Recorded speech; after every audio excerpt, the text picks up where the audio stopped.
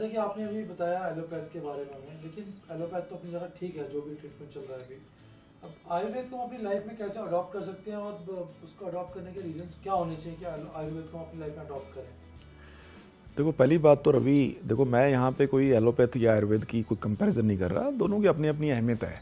सबसे अच्छी बात क्या है, जो आयुर्वेद की आपने बात करी, आयुर्वेद तो जैसे मैंने शुरू में ही कहा आपसे कि आयुर्वेद एक जीवन जीने की कला है। आयुर्वेद ना सिर्फ एक चिकित्सा पद्धति है, बल्कि एक ये पूरा का पूरा हम मतलब अगर आप इतिहास देखो तो हमारे 4 वेद हुए, ठीक है ना, सभी जानते हैं सनातन धर्म में 4 वेद हुए, और आयुर्वेद उन 4 वेद में से अथर्ववेद उपवेद है अथर्ववेद का, और उसके अंदर ये जीवन जीने की कला, इसके बारे में किस तरीके से हमें अपने आप को रहना चाहिए। मतलब आयुर्वेद सिर्फ एक ट्रीटमेंट पैथी की बात मत करो आप कि भाई कैसे इसके ट्रीटमेंट की बात मत करिए। इवन आयुर्वेद का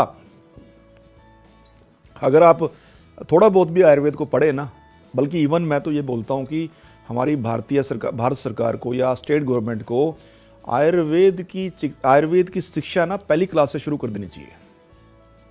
जाने कि आयुर्वेद क्या है। आयुर्वेद का प्रथम अध्याय, प्रथम उसमें भी सबसे पहले लिखा हुआ है, आयुर्वेद के जो ऑब्जेक्टिव है ना उसमें सबसे पहले लिखा हुआ है कि आयुर्वेद का जो प्रथम अध्याय है वो है हेल्दी पर्सन की हेल्थ की रक्षा करना, अगर शरीर में कोई विकार आए उसका निवारण करना। तो सोचो कितनी बड़ी बात है कि हेल्दी पर्सन की हेल्थ की रक्षा करना, और अगर कोई विकार शरीर में आया तो उसको ठीक करना। तो इट मीन्स आप अगर आयुर्वेद को अपना लो अपनी लाइफ में ना, तो भाई साहब बीमार ही नहीं होंगे कभी आप। अब पूछोगे कैसे जी, ऐसा तो हो ही नहीं सकता कि हम बीमार ना हों। बीमार होते क्यों हम, कब होते हैं बीमार? हम तब होते हैं जब हम गलत खान पान करते हैं, गलत लाइफस्टाइल अपनाते हैं, रहन सहन हमारा गलत हो, एक्सरसाइज ना करें। मशीन है ना हम लोग भी, तो ये जो बॉडी है ये है क्या, बेसिकली मशीन है। आप अपनी बाइक लेते हो, स्कूटर लेते हो, गाड़ी लेते हो, सबकी सर्विसिंग टाइम पे जाके कराते हो फटाफट। आज आप गाड़ी नहीं लेके आओ, टिच महीने में या 2000 किलोमीटर लिखा उसमें फटाफट जाओगे। लेकिन जो ये इतनी बेशकीमती जो हमारी बॉडी है, इसका क्या है? ये भी तो मशीन है। आपका लंग्स, आपके लीवर, किडनी, आपका जो हार्ट है, हार्ट 1 सेकंड भी बंद हो जाए भाई साहब, उसके बाद तो हम जीवन जीने की कला ही नहीं, मतलब सोच नहीं सकते उसके बारे में। तो क्या है, ये सारे कलपुर्जे लगे हुए हैं हमारी बॉडी में, जिनकी सर्विसिंग जरूरी है टाइम टू टाइम। और सर्विसिंग कोई ये नहीं कि किसी हॉस्पिटल में जाके या किसी सर्विस सेंटर में जाके कराओगे, हम खुद करते हैं। और वो कैसे करते हैं? डाइट, लाइफस्टाइल, थोड़ी बहुत एक्सरसाइज। मैं ये नहीं कह रहा हूँ कि भाई नाप तोल के खाना खाओ, बट कम से कम थोड़ा बहुत तो यार ध्यान रखो। आयुर्वेद को आप बेसिक पढ़ लो, आयुर्वेद का बेसिक प्रिंसिपल अपना लो, आप कभी बीमार ही नहीं होंगे।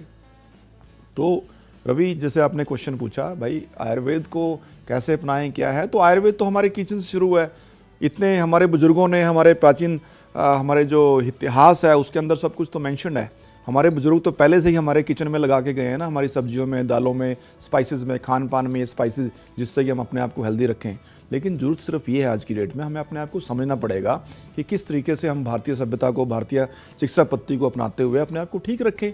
हाँ, जहाँ इमरजेंसी की बात आती है, क्योंकि इंसान है, गलती जरूर करेंगे, जहाँ गलती हो इमरजेंसी के लिए आप जाओ डॉक्टर के पास, लेकिन ultimately end of the day जब आप स्टेबल हो, आयुर्वेद अपनाओ, किसी अच्छे आयुर्वेदिक डॉक्टर के पास जाओ, किसी आसपास आपके, आज की डेट में तो बहुत से हर गली मोहल्ले में, हर स्टेट में अच्छे अच्छे डॉक्टर बैठे हैं, किसी अच्छे आयुर्वेदिक डॉक्टर को मिलो, अपनी पल्स डायग्नोज कराओ, अपनी प्रकृति एनालाइज कराओ, उसके अकॉर्डिंग उससे शेड्यूल बनवा लो। क्योंकि ये माना जाता है आयुर्वेद में कि हर इंसान की प्रकृति अलग अलग है। प्रकृति मतलब नेचर। जैसे कि मुझे नहीं पता कि कितने लोग जानते हैं कि आयुर्वेद वात, पित्त और कफ के सिद्धांत पे काम करता है। हमारी बॉडी में अगर इन तीनों दोषों का असंतुलन हुआ, यानी कि एक भी अपडाउन हुआ, तो हम बीमार पड़ते हैं।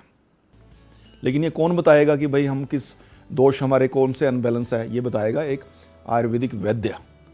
तो आप अपने आसपास के आयुर्वेदिक वैद्य को मिलो, वहाँ जाके उसको अपनी पल्स डायग्नोज कराओ, और उसके अकॉर्डिंग जो वो आपको सजेशन देते हैं उसको फॉलो करो, आप ठीक रहोगे।